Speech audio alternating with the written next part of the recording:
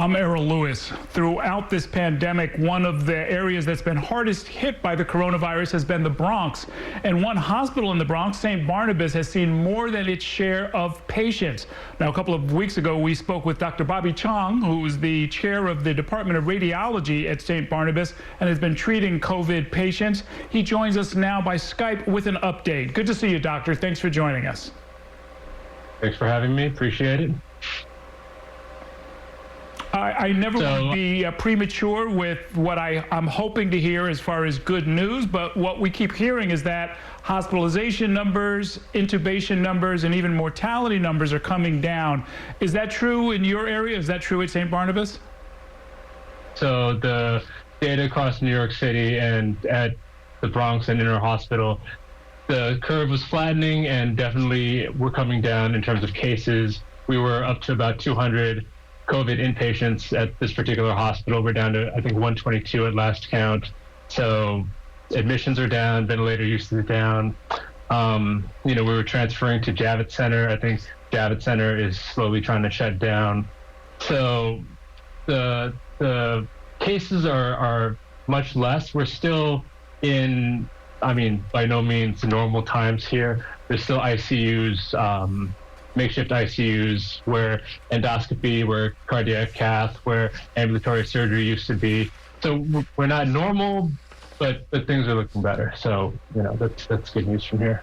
If somebody presents now with COVID, are there chances better now than they were before because of the lighter load and the experience that you all have acquired over the last few weeks? So we've definitely been learning a lot about COVID. I remember the last time I talked to you, and I think the perception is that it's a pneumonia and it definitely attacks the lungs. We've also been seeing all kinds of different presentations of COVID, including people are having skin changes, people are having loss of blood flow to their legs. There was a Broadway actor, Nick Cordero, he had a leg amputated from complications of blood clots. There have been strokes, there have been heart attacks. And so now we kind of know all these different things to look for. There's also been a lot of changes in terms of the ventilation management, in terms of who gets breathing, mechanical ventilation, and how that's done. So it's still a very dangerous disease process, and I wouldn't wish it on anybody. The good news is the cases are coming down. If you come in to the hospital with a case, it's still the same disease, though. We're getting better at treating it, but it's still just a very, very dangerous thing. When we spoke a couple of weeks ago, the guidance for your hospital, and I think for most, was that if you have symptoms, that doesn't necessarily mean you should show up at the hospital. If anything, you might want to stay home, isolate, talk to a doctor by phone, and then make a decision at a later time as to whether or not to come in. Does that remain the right way to handle it? So that's, in terms of, the classic symptoms for COVID were fever, shortness of breath, and a dry cough. The CDC, I think today or yesterday, they added some new diagnostic criteria, and those were chills, muscle aches, the loss of sense of smell, the loss of a sense of taste, sore throats, headaches.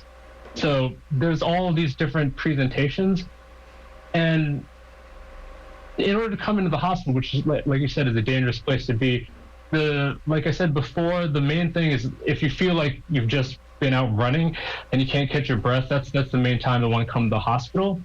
And there are these other presentations, though, like if you have skin changes, if you have loss of warmth and loss of feeling in your foot. I would hope people would want to come to the hospital for those type of symptoms anyways, but that can also be, as we're learning, manifestations of COVID. Mm-hmm. So now, knowing now what you know over the last 7 weeks, the knowledge that you've acquired, the slightly lower caseload, one of the issues you and I talked about before was a real or imminent lack of protective equipment and other basic needs. Has that been solved? So the supply chain is up and down. I think we've been doing a good job here. We generally have enough face masks. It's variable every day when I come in how many gowns we're going to have and how we're going to be able to, what our strategy is going to be to use those gowns. Pretty much, we want to take a gown for every patient, but sometimes, especially the ICU nurses, when they treat a patient, they have to wear a gown, hang it back up. So it's still an issue. It's still not something that is by any stretch the normal way that we used to do things. So I'm very happy with the way my hospital has been doing the best they can. There've been amazing kind of grassroots movements to get us PPE. There were a group of NYU medical students that found all these places that had masks and gowns and managed to donate them around and bring some to us.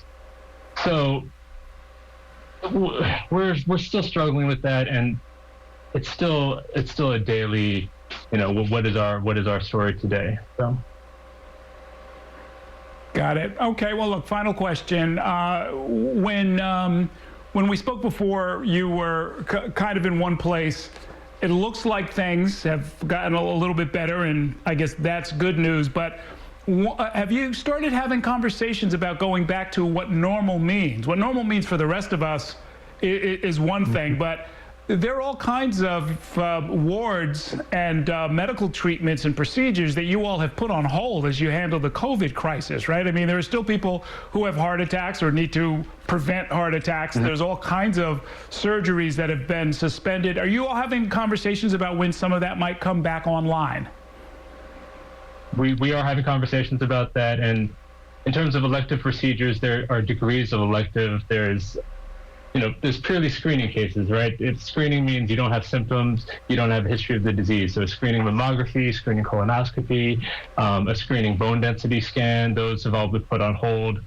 And then there's kind of, if you had a suspicious finding and it needs a biopsy, is that elective? And, in my department, I do the biopsies, and we've been having to kind of weigh each case by case, to figure out what needs to be brought back in.